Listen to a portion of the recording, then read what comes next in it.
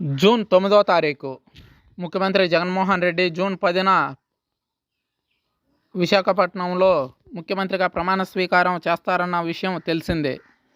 Result రాకముందే వైఎస్ఆర్సీపీ నేతలు అతి కారణంగా విశాఖలో 9వ తేదీన హోటల్స్ నిండిపోతున్నాయని సోషల్ మీడియాలో అనుకుంటున్నారు. కానీ ఆ రోజున విశాఖలో ఉన్న హోటళ్లలో ఇప్పటికే వందల కొద్ది రూములు ఖాళీగా ఉన్నాయి.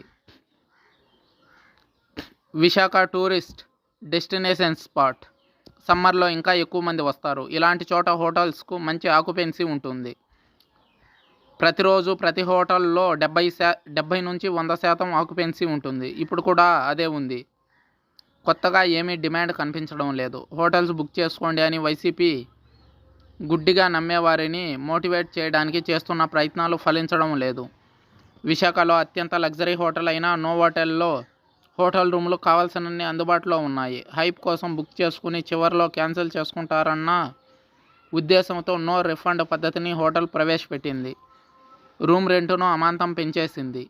ఇదే పద్ధతిని ఇతర హోటల్స్ అనుసరిస్తున్నాయి. 8, 9 తేదీల్లో చేసుకునే బుకింగ్స్కు పూర్తి మొత్తం ముందే చెల్లించాలని, క్యాన్సిల్ చేసుకుంటే ఒక్క రూపాయి కూడా తిరిగి ఇచ్చేది లేదని చెబుతున్నాయి.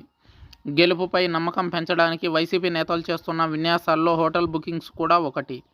నిజంగా గెలిచేవాళ్ళు నిశ్శబ్దంగా బాక్సుల్లో ఉన్న ఫలితాల కోసం ఎదురుచూస్తారు. కానీ నమ్మకం లేనోళ్లే లేనిపోని హడావుడికి పాల్పడతారనేది తెలిసిందే. వచ్చే 10 రోజుల్లో చాలా చక్కబెట్టుకోవాలనుకున్నట్లు సీన్ మారుతుంది. అయినా పిచ్చిగా నమ్మేవారిని నట్టేట ముంచడానికి ఇలాంటి ప్రచారాలతో వెనకాడడం లేదు వైసీపీ నేతలు. చూడాలి జూన్ 4వ తారీఖున ఎవరి తలరాతన ఏం రాసుంది అనేది.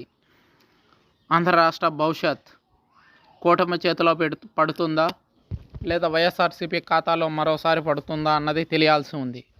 అయితే వైఎస్ఆర్సీపీ ఓవర్ కాన్ఫిడెన్స్ చూస్తే మాత్రం పిచ్చెక్కిపోతుంది సామాన్య ప్రజలకి. మరి ఈ స్థాయిలో ఏ నాయకులు వ్యవహరించినా దాఖలాలైతే లేవు. ఇప్పటికే అనేక మంది వైసీపీ ఎమ్మెల్యే అభ్యర్థులపై కూడా కేసులు నమోదైన విషయం తెలిసిందే. ఈవీఎంల పగలగొట్టడాలు, గ్రామాలపై దాడులు,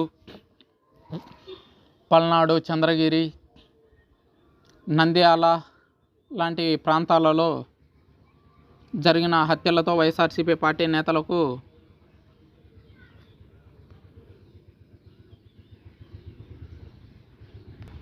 హస్తం ఉన్నట్లు తెలుస్తుంది.